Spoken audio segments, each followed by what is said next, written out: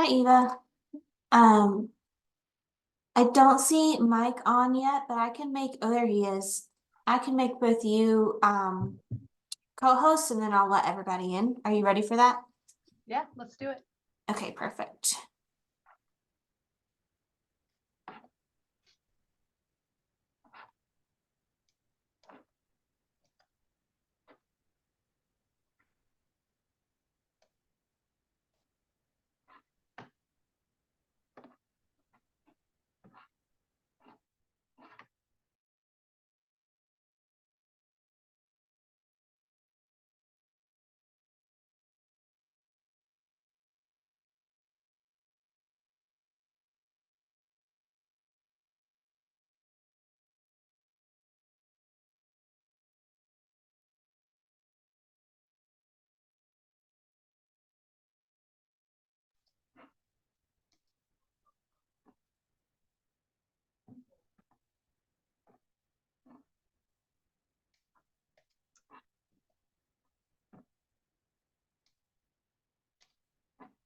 All right, let's go ahead and get started.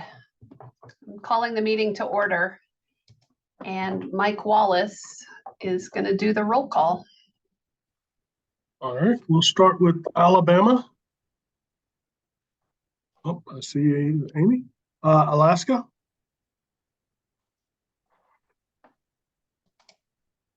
Arizona.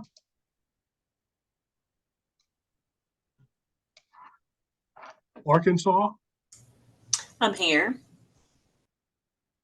California. Colorado. Connecticut. Here. Delaware. Here.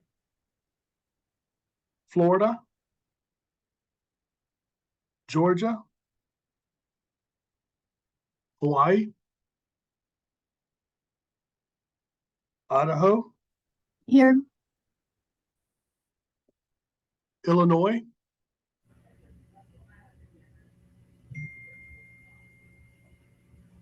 Iowa.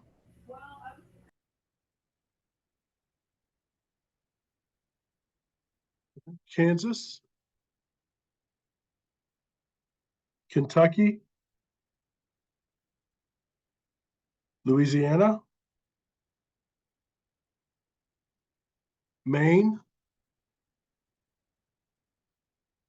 Maryland.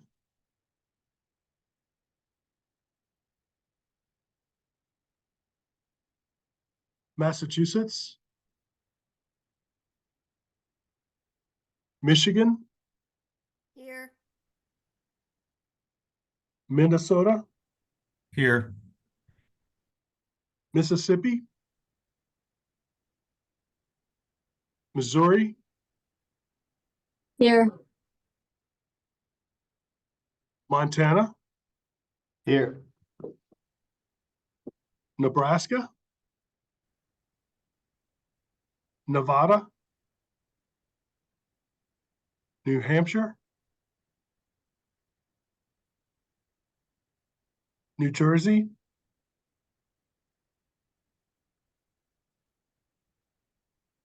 New Mexico. Here. New York. North Carolina. North Dakota.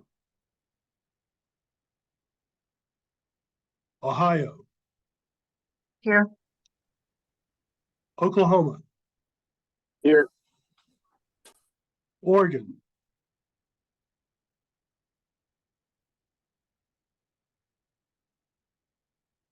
Pennsylvania.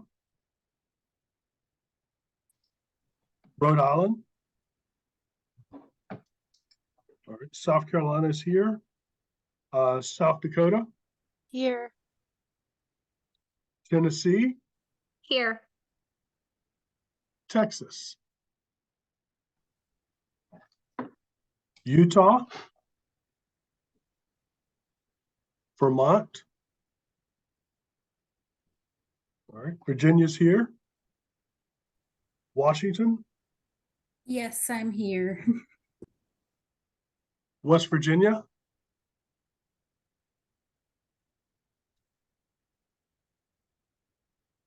Wisconsin, Here. and Wyoming. I'm here.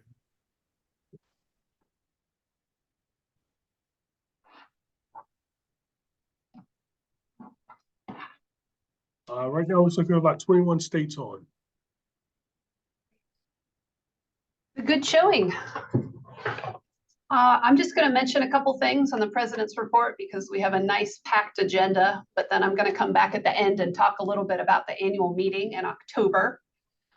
First thing I wanted to mention is just, I think these last few weeks with these high path detections in dairy herds are a time when you really see the utility and the importance of this group and some of the relationships that we've built being put to use. So if you need to justify the cost of your membership to anyone, that is a good example to use. On a related note, we are going to be scheduling a call for any states, completely optional, that want to talk more about this issue later this week. So be on the lookout for that. We're going to have some updates from USDA and other folks today, but just if you want to talk a little bit more about, you know, what you're hearing, what your messaging is, et cetera, you can hop on that call. So look for that. Let's see. That's all I have for the initial update. I want to turn it over to Lauren, who's the NASDA liaison to COSDA, to give some NASDA updates.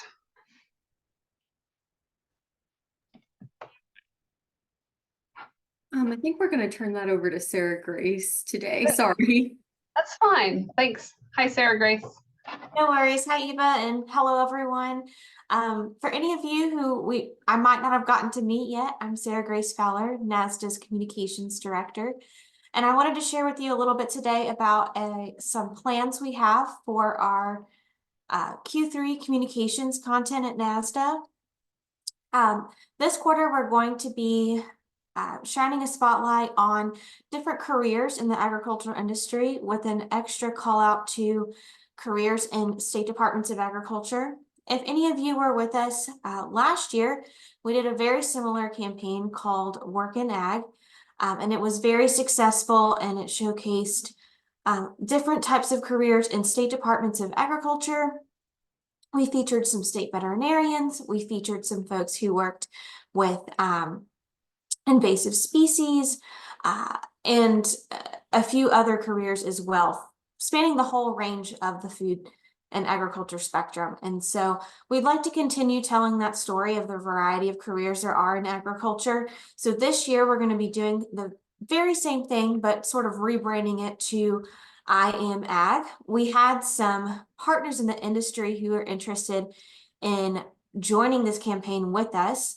And so the NASDA Foundation and some of those industry partners have already been running the campaign under I Am Ag, but we'd like to invite all of you to participate. If there's any State Department of Agriculture staff that you think have a particularly interesting story, we would love to work with you directly on putting together potentially a short video or collecting some photos and quotes to create more of a feature for them on social media. But either way, we'd love to have your engagement on sharing and liking the post coming from the NASDA account. And after the call, I will share a social media toolkit with some really neat social media frames and other social media post examples that we've created. So I would love to have your voices in this campaign again this year. And if you have any questions, please let me know. With that, I'll turn it back to Eva. Yeah, thank you. And I don't think I introduced myself. I'm Eva Moore. I'm with the South Carolina Department of Agriculture, for those of you who don't know me, and I'm the president of COSDA this year. Next, we have Alan Sommerfeld with the membership committee report. Hi, everyone. Alan Sommerfeld from Minnesota. Thanks, everybody, for joining us today. Just a reminder that our memberships run July 1 to June 30th each year. So next month, we'll begin our annual membership drive again. And those full memberships are $150 and associate memberships are $75. And as Eva mentioned, we're certainly getting our money's worth with all the issues that are happening currently, and we really value all of you joining us on these calls, our quarterly calls and our special calls as well.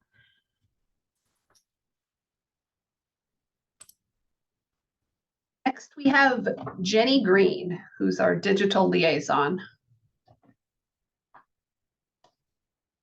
Good afternoon, everyone. Jenny Green with the New Mexico Department of Agriculture.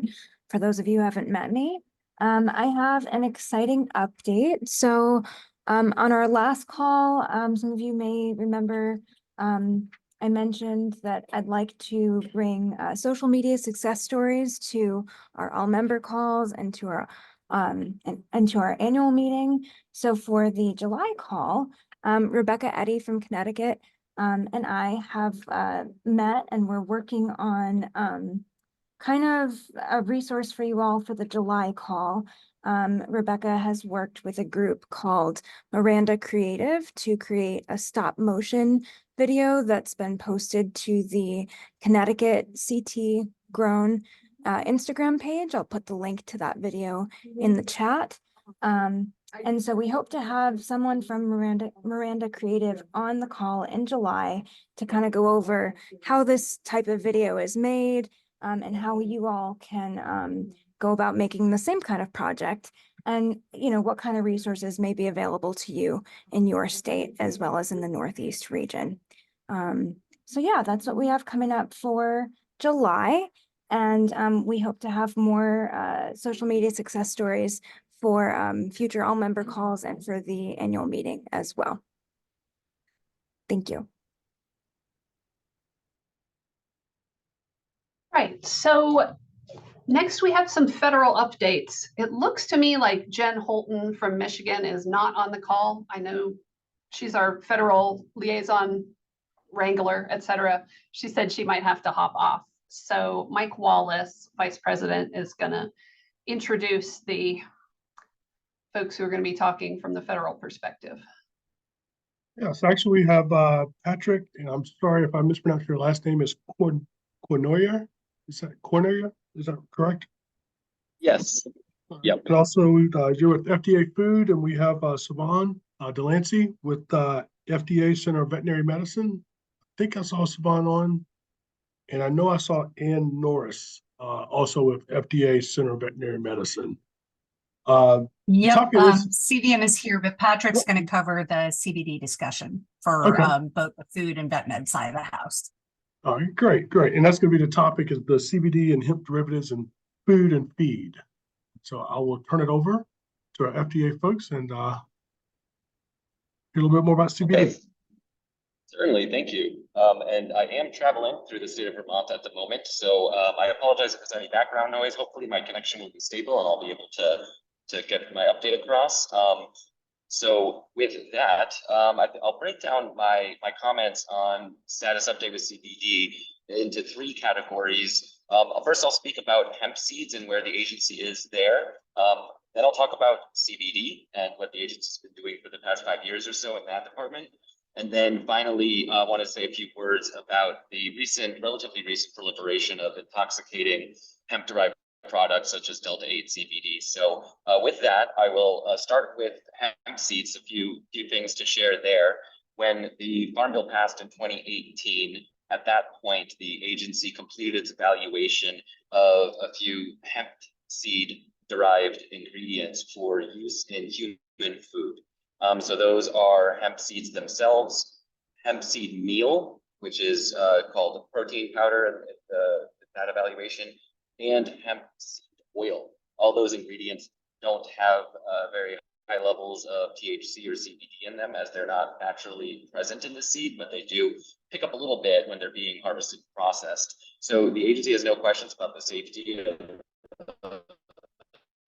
the use of fairly broad uses of those hemp seed ingredients. So those are safe and lawful to use in the evaluation of hemp seed meal for laying hens. So the agency's evaluated that, but that's the only hemp-derived ingredient that the agency has evaluated for feed use contexts. So that's the status there. Now, moving on to CBD, when the Farm Bill passed in 2018, there was a lot of attention on potential pathways for the lawful marketing of CBD products, which are quite a large market, $5-6 billion at some estimates, and there's a wider range of CBD products out there. There's edibles, gummies, that type of thing, beverages. There's also vaped and smoked CBD products. There's also a lot of creams, topicals, lotions out there. And so there was a lot of attention on what type of lawful routes to marketing can these products come through in.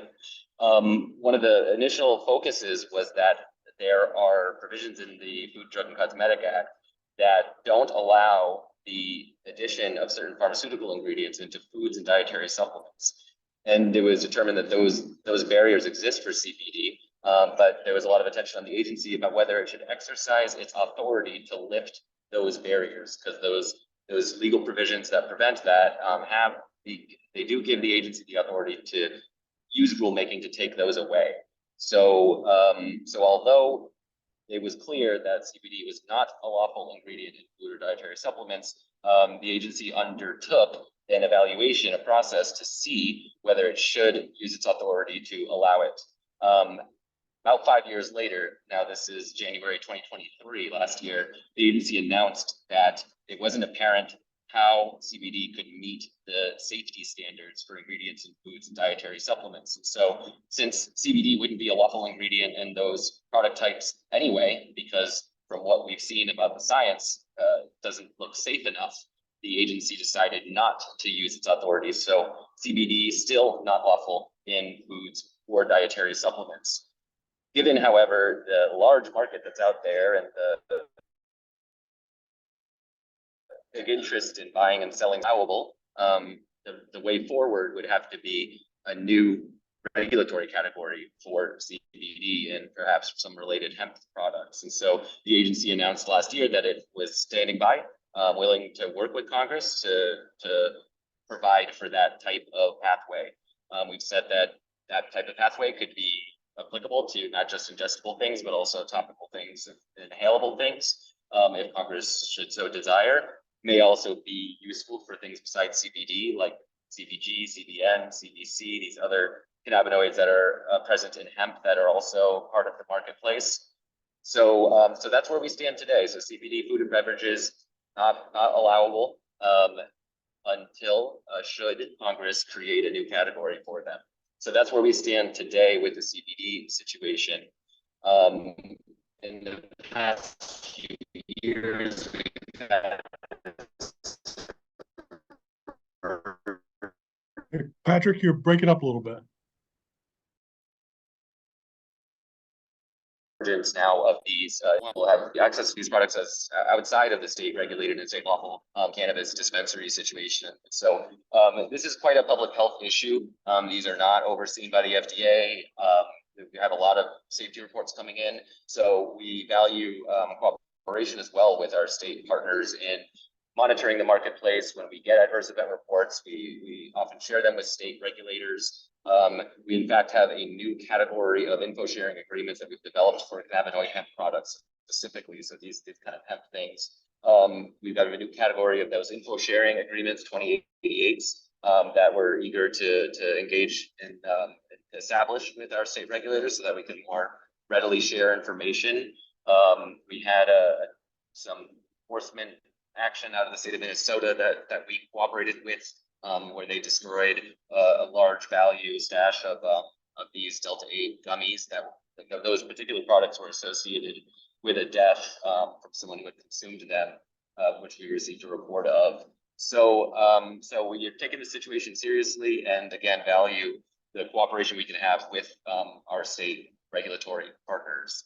I think with that, I will stop there because I believe I just had about 5 minutes, so probably hit that mark already. Thank you. All right, thank you, Patrick. I just wanted to you broke up a little bit at the very end. I believe you were talking about some more of the hemp-derived products, such as like Delta-8 and things of that nature. So the FDA's standing on that is that it is illegal, I guess, to possess or sell a Delta 8 gummy or any type of edible product. Did I understand that correctly? Yeah, so these products, if they're foods, right, FDA has regulatory authority over foods, and these edible products typically meet the definition of food. And in that case, this ingredient Delta 8 THC, for example, is not safe enough to add to food. So we've issued warning letters to many of these companies that are manufacturing and selling these Delta 8 edibles. Of course, this is it's a rapidly evolving situation. This market's relatively new. I know a lot of states have struggled with, they've been addressing this in different ways, but it is quite challenging because it typically requires legislation, and there's some challenges, some legal challenges to this legislation in terms of what exactly the Farm Bill legalized in terms of the Controlled Substances Act. So a lot of times you'll see, oh, these are federally legal, people will say it, and that's true if you completely ignore the Food, Drug, and Cosmetic Act. But whatever the Farm Bill did was really about the Controlled Substances Act and didn't change any of the FDA's authorities, and so those authorities still apply. So if there's edibles, those are foods typically, and Delta 8 THC is not a lawful and safe food ingredient. Thanks. Okay, thank you. Thank you for that clarification. Does anyone else have any questions for Patrick?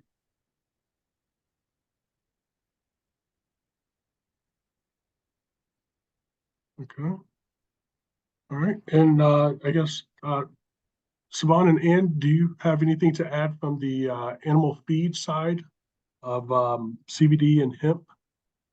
No, I think Patrick covered it with the lead off about the meal for the laying chickens. I think that is still going through the APCO process, so we don't expect to hear anything back on that until I think it's August. Ann can correct me if I'm wrong, but I think we're looking at late summer. All right. Well, thank you. Thank you so much for that update. Also for our federal partners, we have Ed Curlett on with USDA APHIS. And I know it's probably something he knows very little about, which is avian influenza, but he can give us a little bit of update on that. Yeah, hi everyone. As most of you know, we're in a situation now where we've detected highly pathogenic avian influenza in dairy cattle. I believe we're at 17 herds in 6 states. I want to continue to point everyone to our webpage as a resource, mainly for on the animal health aspects, although we have CDC and FDA links. I want to remind everyone this is an interagency response, so there's milk, FDA regulated aspects, and CDC is involved as well.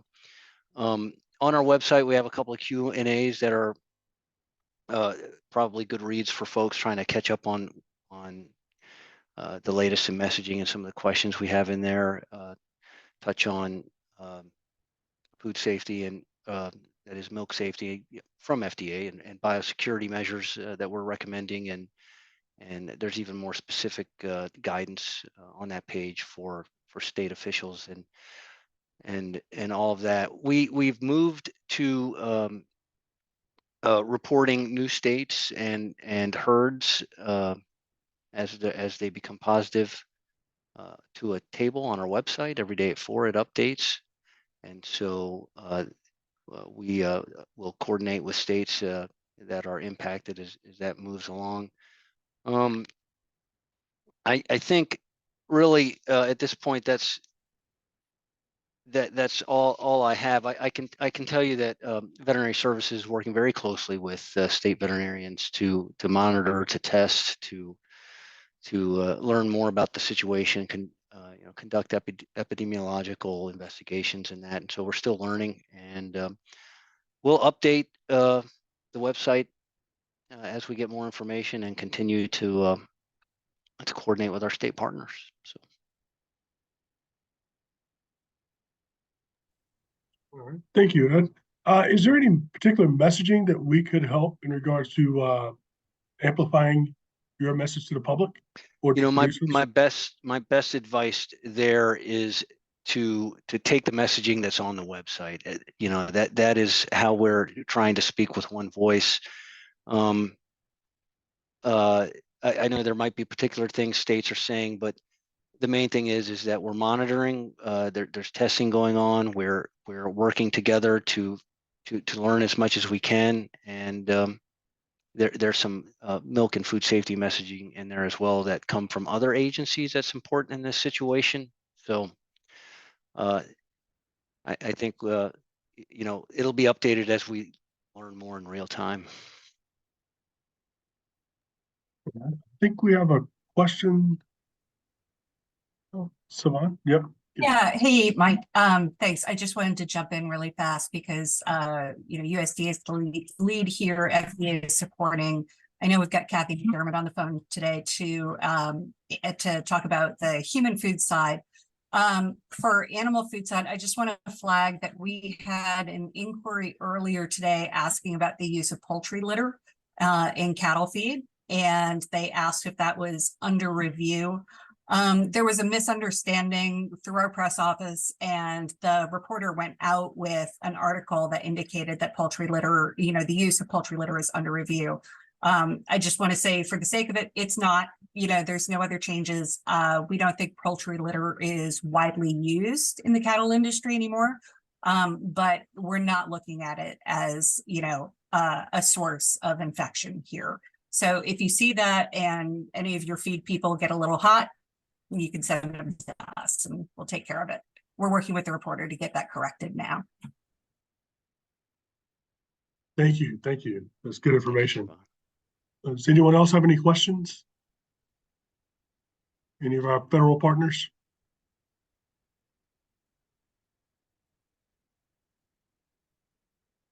Okay. All right. Well, thank you both. Thank you all for that information. It's very helpful, and we'll just continue to monitor the website and just stay up to date with any type of direct message may come through you, sent out through Jennifer Holton from Michigan.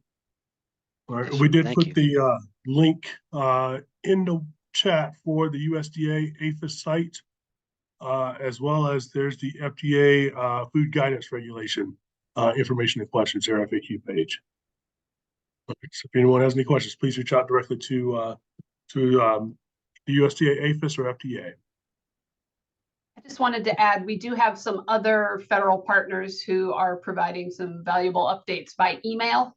We will send those out after the meeting. We just did not have time to hear from everyone today, which is a good problem to have. All right, Logan is up next. All right.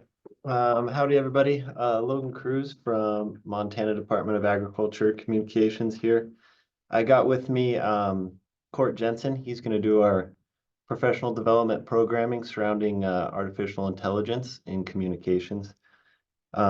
He is a walking fishbowl of wisdom. If you ever get to meet the guy, you can ask him anything and he has an answer for it. He's been working at the state here in Montana for 23 years, with the Department of Agriculture for 15. He also serves on the American Agricultural Law Association Board, the Montana State Bar Tech Committee, and is an adjunct professor at the University of Montana teaching ag and food law. So, and I gave him a few background questions that we came up with surrounding artificial intelligence in communications. But we'll obviously open it up to any questions that we have at the end, and yeah, I'll turn it over to Court from there. Greetings from Montana. Hopefully you can all hear me well.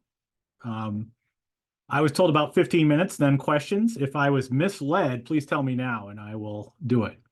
I'm going to try to talk fairly fast, and I'll have a few links I'll stick in the chat as we go through them.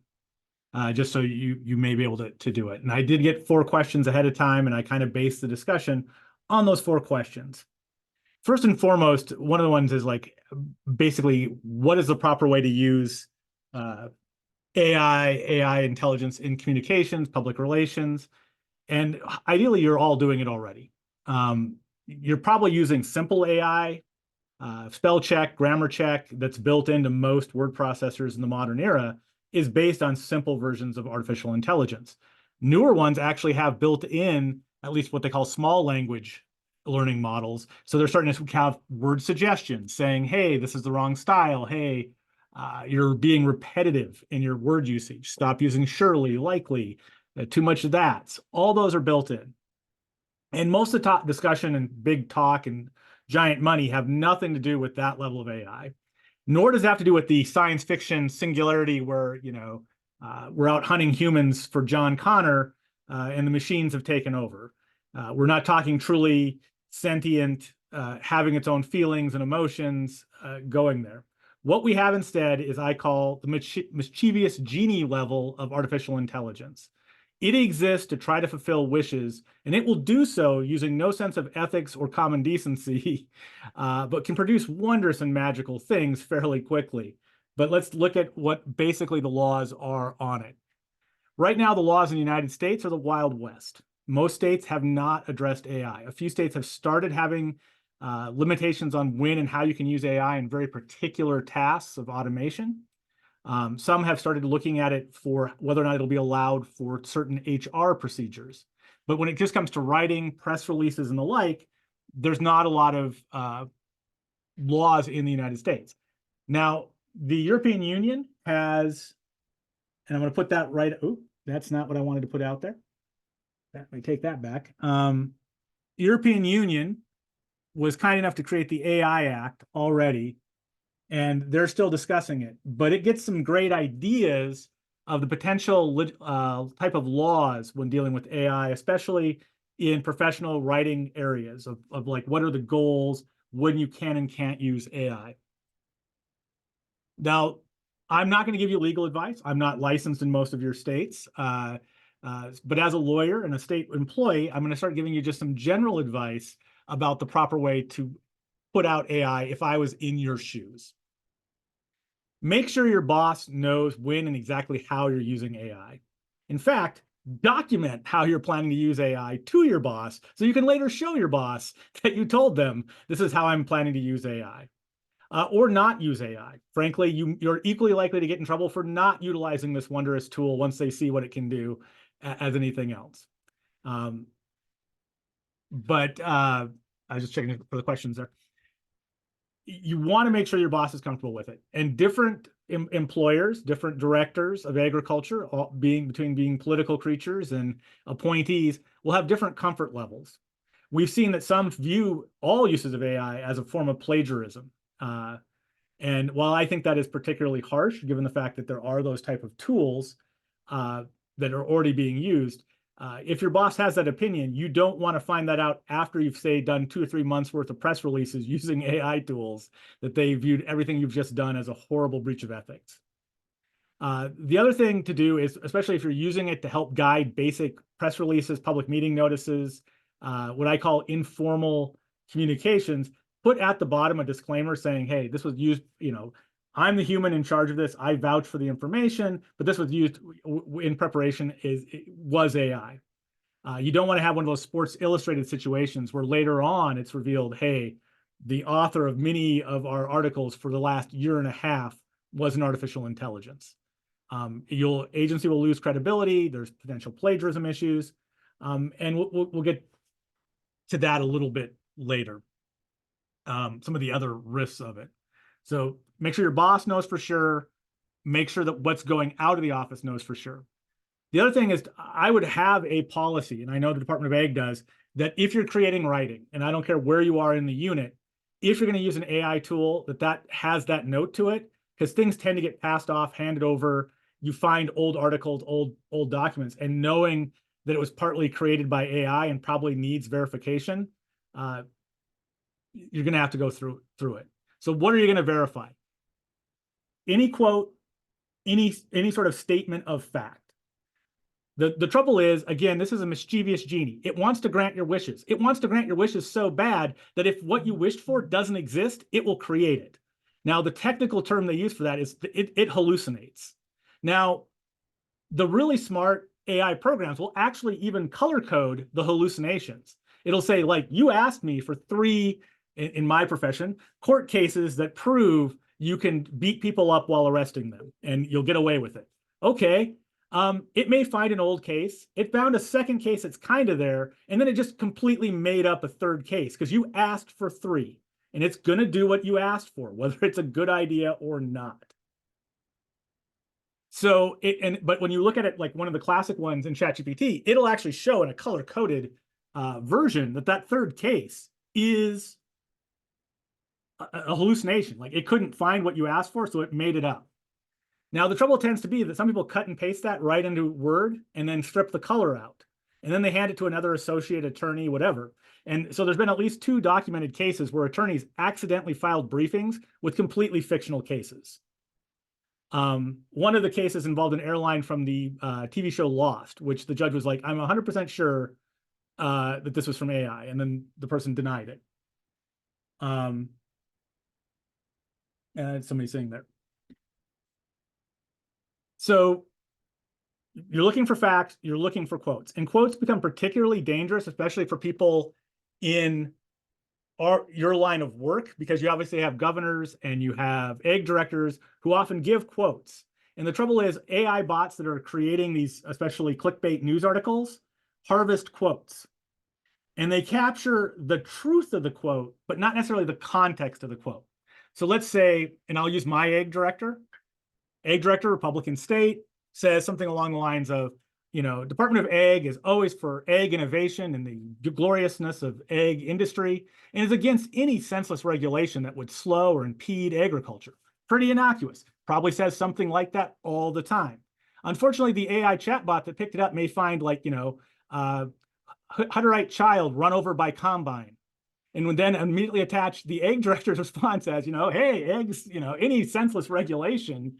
And so while the quote was completely true, it was a quote from your director, and it was not actually about this incident, and certainly would not be what the director would have responded to had it been asked. So part of it is you in the world of AI, and AI, especially chatbots, clickbots, instant article generation that's out there, having searches out for famous quotes from your director, not a bad idea. So you can find the articles that may be falsely hitting them, at least warning the provider, trying to get those taken away before they get picked up again. The other thing that tends to happen is, especially if you look at AI art, they call it the rule of 5. The first image looks mostly right. The fingers are a little off, the ears are a little off. If it's eating spaghetti, it gets a little bit crazy, but mostly it looks like humanish art of whatever you asked it to make. But if you give it that same article and say, now make it look a little more artistic, and you can do that 3 or 4 times and it's still fine. By that 5th time, the errors compound with every AI generation. The same is true with the writing. And so the trouble is, if you have something that's originally generated by AI, then you revise it slightly, and then somebody else picks it up for like an AP and they use AI on it. And then another person tries to clickbait using that article as the feed. Well, that's generation 3. And then another AI picks that up. Pretty soon you're on that dangerous 4th or 5th one. And at least with current generation, the errors and the weirdness and wonkiness of it start compounding fairly quickly. So that first time, it's actually fairly safe, especially if it's being shepherded by a human. But you don't want to keep feeding it its own waste over and over again, or it gets bad fairly quickly. So one of the questions I was asked is, how do you detect it? Most of the anti-plagiarism tools that are out there that are used by college professors do a fairly decent job of detecting baseline first-generation large language model AI writing. It's what college professors are using. The trouble is there's now a whole secondary software industry, mostly aimed at college students, but now some professional writers, that you use one AI program to generate the first thing, and then you put it in what they call a humanizer. And it intentionally adds errors to make the writing look human. Because part of the trouble, if you actually run your own writing through it, the reason it knows you're a human is because you're bad at things. Slight spelling errors, weird, repetitive, the things that make you human is what it's actually detecting. Same way as like when you actually look at those things that like unlock, prove you're human, and you're like, haha, I'm smarter than AI. I can find bridges. AI can find bridges too. It just does it faster. In fact, so good and so fast that's why it knows it's an AI. What those type of detectors are actually detecting is your slowness and stupidity, not your genius level over AI. So there are programs, but there's now programs trying to hide even the AI thing. So you can do it. Some people say, hey, the lack of context, poor use of idioms, repetitive nature of it is one way of detecting AI off the fly. I think that the days of being able to detect AI just by reading it, low. Like I think you're already at a level where the typical reader does not read at a very advanced rate. Maybe you could see it if you're really an expert in the field. Now, the next one issue that people asked me about was copyright and plagiarism. I think that's going to be the hot button litigation of the next 2 to 3 years. Many of these things were fed off of the internet, fed off of newspapers, fed off of articles. They're grabbing public press releases like your own and sitting it out there and helping feed those engines. And in the art world, it's easier to tell because, you know, people can see, you know, that's obviously influenced by Monet, or, you know, there's even filters that are built into Photoshop based on famous artists' names. And so seeing their work comes out a lot. The watermark often still shows up in the background of some of the images because it's cutting and pasting in a way. Yeah, there's a potential, especially as a government agency, just as we see if you were to use a photo that is actually owned by someone else in a press release, governments will get sued for using AI. We're a good source of a plagiarism case if you use too much AI. Now, using it for your baseline generic press release, sure, it's probably fine. As you get more in depth, the risk of plagiarism increases because you're in a specialized field. So the odds are, if you tell a lot of AI programs, hey, you know, I want an article about hard red wheat and the benefits and uses in baking, especially for the Asian market, it'll try to make that article, but there's a chance that what it really does is grab the Montana wheat and barley's article that's just like that and change a few words. Because there's not going to be, you know, 45, 50 articles on this for it to feed out of. There's going to be 1 or 2. And so the risk of plagiarism in a specialized field is much higher. And agriculture certainly falls in that realm. And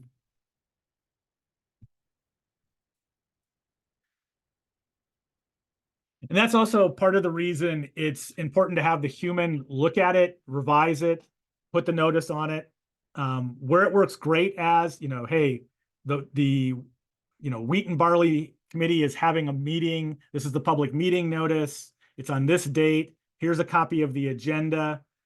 By the way, this public notice was generated by an AI approved by Mike Wallace or Evie Moore or Logan Cruz. That's going to be a perfectly acceptable one, and it wouldn't surprise anyone that you're doing it that way. It can generate those type of things very quickly, very easily. But likewise, humans can too. Where it'll get trickier is if you get things like avian bird influenza. You know, you have the quotes, you have it out there. The first one to go is going to get used as the basis for all the AI feeding off it, if that's what it is. So when acquiring software, and if you're worried about the plagiarism issue, you're really looking at the difference between the open style AIs, where you're sharing all that came before into a feeding box, and a closed one. Now, closed ones cost money. That means you feed it particular information, you're writing, it tells you exactly where it got the sources for what it's basing it on. That at least gives you a little bit of cover as opposed to the completely open ones on the plagiarism and copyright issues. And especially if you start feeding it your own information, that's one. But then you get to an issue, the one is really plagiarism of your own work. While you want to serve your employer and be a loyal employee for the next, 2 to 20 years, do you really want to have all your blood, sweat, and tears become what fuels most of the job going after you as well? And so that may be a discussion to have with your employer, that there's a difference between what I create now and using it still 20 years in the future as the basis for an AI search tool.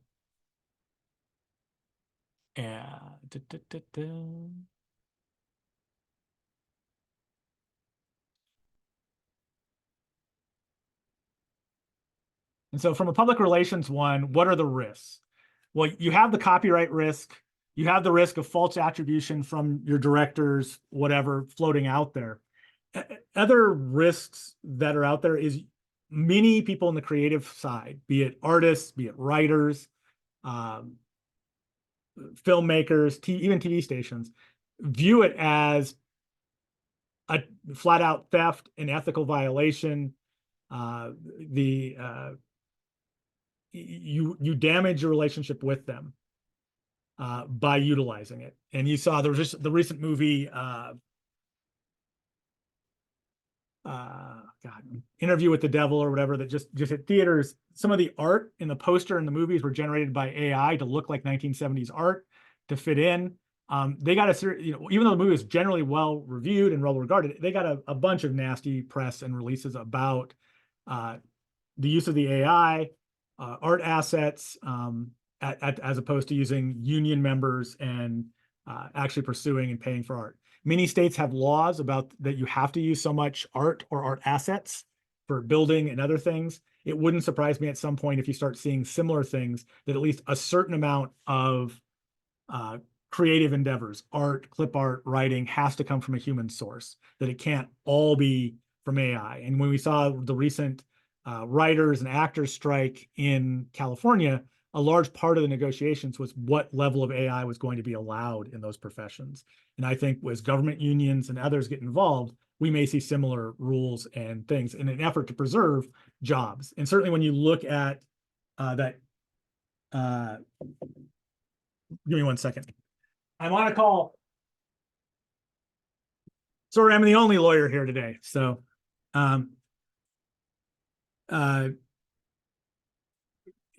part of the European Union was job preservation and making sure humans are still respected, especially craftsmen and artists, especially if their work is being used to inspire other work by other people and AIs. When people say, can you give me an example of tools? Strangely enough, Zero Chat GPT is a popular one. Grammarly, which is a lot of people use for grammar checking, has a built-in AI detection software as well. There are free ones out there as well. Zero AI. If you actually put in AI/plagiarism tools into a Google search, it'll pull up about 20. If you put anti-AI detection, it'll pull up about 5 or 6 more that do the opposite, that try to humanize things. And especially if you're getting ones that are sounding too human, it's a great way to do it. I found with the Zero Chat GPT, one of the other nice things is you can actually put in, and if you're a human, it'll tell you the readability scale. It'll say where and when you're starting to sound like a robot. And sometimes it's your little mistakes, your imperfections that make you human. And so it will remind you of that.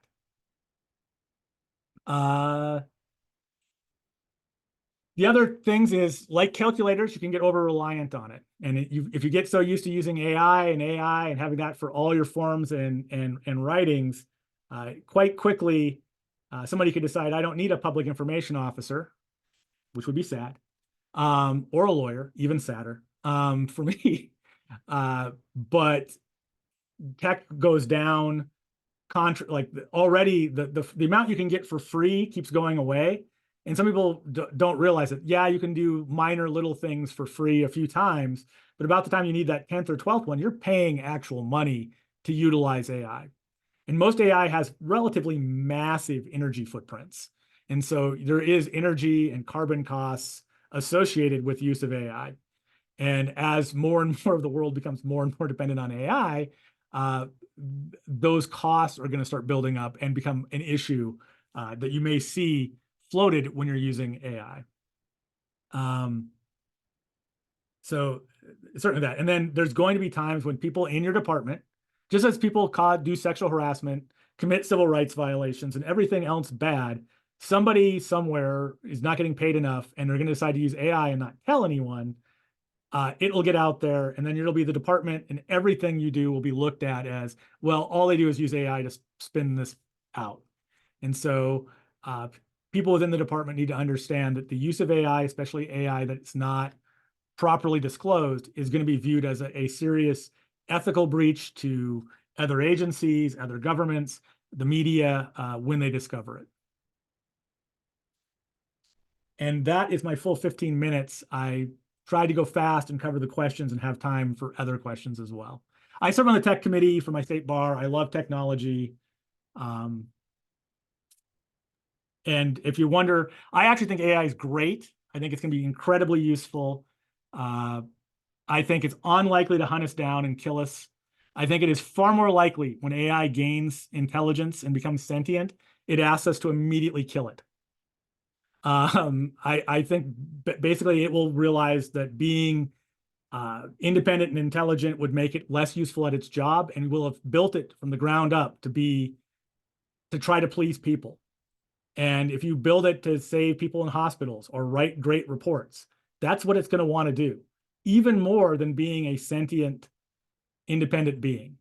Also, it's given new life to philosophy, communications, and language psychologists the world over. The other interesting use for it is special education. A lot of people think what we're seeing with large language model AI and some of the from hallucinations to mistakes, the way to correct it is special education training, treating it as though it has autism or is just basically cognitive non-normal. And so some of the same therapies we use for humans can help AIs get back on track. Things that are forbidden, I'm just looking at people who sent me private chats. Things that are forbidden, very few things are forbidden. The closest I would say is if you create AI and have it supervised by another AI, I can imagine many state legislatures immediately finding that to be a horrifying idea. The idea of AI supervising AI without a human somewhere along the way is going to make people at least nervous and likely write laws, probably overly broad laws. Any other questions?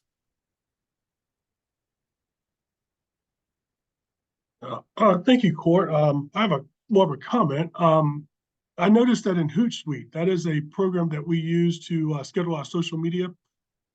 There's a new AI feature. And so we have used it just more so to generate ideas. So Strawberry Month, yeah, write me a strawberry post and we'll take it and maybe obviously we'll edit, modify and things like that. But it's just, I thought it was very interesting that you talked about when we're doing research and things of that nature, that there could be a AI generated article that we may never know. I mean, I just think that's very fascinating. There's definitely AI articles in the wild, especially hallucinations. Law articles has become very hard. And the other thing is intentional AI manipulation.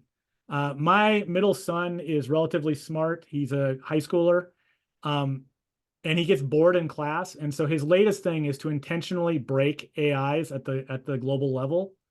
And so he's made a pretty good model of it. And the secret is start the attack with something that's not hot and it's easy, because there's nobody. You basically, AIs look for articles and inquiries, and you have to obviously be pumping out random DNS generators. But assuming that you have a PIA, a private VPN system to be able to generate new DNSs, you first you do inquiries. And so the one he did, he hit the Bing search engine and intentionally tried to teach it something. And what he tried to teach it was that Bob Dole, who he's obsessed with, I don't know why, that former Senator Bob Dole, the late Bob Dole, was good friends with Clyde the orangutan from the Any Which Way But Loose movies. This is not true. He also likes Clyde Any Which Way But Loose movies a lot. And he's like, I want to get Bing to basically get that Clyde swore in Bob Dole. That was his end goal. And so he started the process by saying any truth to the rumors that Bob Dole knew Clyde the orangutan. And he would sit there and he'd just have it run on this computer at school nonstop, hitting the Bing search engine. He goes, Bing is easy because nobody in their right mind uses Bing. Therefore, there's not a lot of competing searches. And nobody is saying the opposite, that Bob Dole didn't know Clyde the orangutan. He said it took about 4.5 days to get Bing to say there's a rumor that Bob Dole knew Clyde the orangutan. He said it took about 2 weeks after that to have them listed as potential friends. He never could get it he got it to be at the swearing in, but could never get them convinced, because obviously there's enough counterfactual that was in fact the Supreme Court justice. And I told him he would have to convince them that Clyde was on the Supreme Court, which previously, up until a few years ago, would have been a stretch. But now with the right donations, I think it's possible. But he goes, it was possible to corrupt fairly easily in AI's rhythm by just giving it garbage data. And at first you start rumors. And once it has the rumors, then you start creating inquiries that basically ask a question, but assume the rumor is true. And every single time it does it, eventually the AI guesses, I guess that might be true. Wow. I think your son's actually pretty smart. But assuming that when you start dealing with like foreign governments, foreign trade partners, if you wanted to start a rumor that Kansas City wheat makes you fat, unlike North Dakota wheat, you probably could. Wow. Wow, it's good stuff. That's good stuff. Does anyone else have any questions for Court?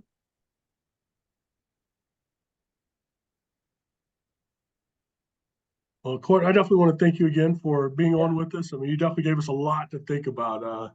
It's obviously new technology. I would think there's going to be new legislation, whether federal or state, coming down. I know our state has looked at it here in Virginia, so I know it's coming. But it's just interesting to see, how widespread it's being used currently. Yeah, the legislation I think is going to pass is the ones that protect the voice and image from deep fake use of AI. I think most states in the next 1 to 2 years will pass something saying you cannot intentionally use someone's voice or likeness to create a deep fake video of a sexual, political, or scientific nature, or for unauthorized commercial purposes. That's I think the easy low-lying fruit in what you can't do with AI. All right, well, Court, we do appreciate it. Thank you so much. Thank you. Yeah. All right. I think next up on the agenda, we have any new or old. Actually, I take that back. It's the COSDA annual meeting update with Eva. It's me again. That was such a fascinating discussion. I'm really, really glad we got to hear that.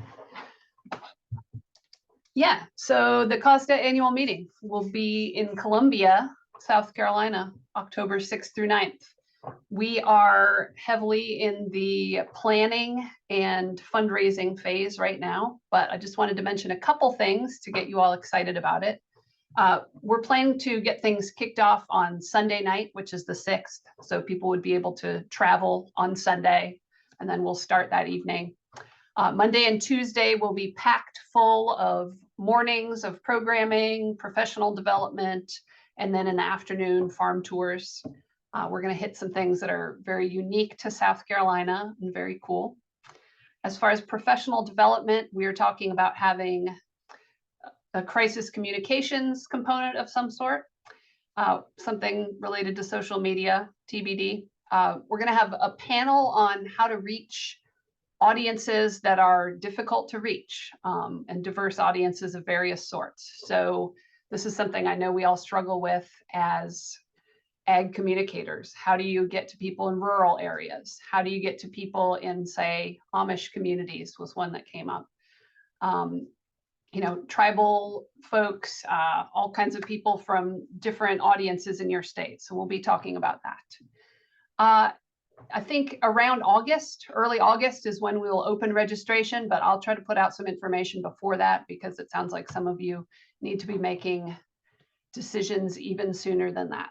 So get ready, mark your calendars. I will make sure to send out something when we send out information from this meeting, additional federal updates. I'll include some information about the annual meeting as well.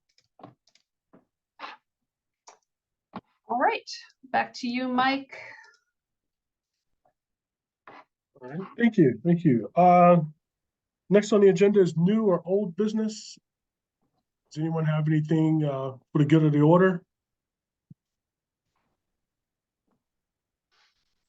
All right, I'm hearing none. I guess we will go ahead and adjourn this meeting. I'd like to thank everyone for attending. Again, we are looking at scheduling another meeting. It's not mandatory or anything. It's just more if you're able to make it, to kind of talk a little bit more about avian influenza and the recent detections. So check your email for a meeting invite that will come from either Eva, myself, or Jennifer Holton. So, but more on that to come. I'd like to thank everybody for coming, and thank Court again for that presentation. That was great. And definitely thanks to Logan in Montana for setting that up. That was, do appreciate that effort. Thank you very much. Hope everyone has a great afternoon.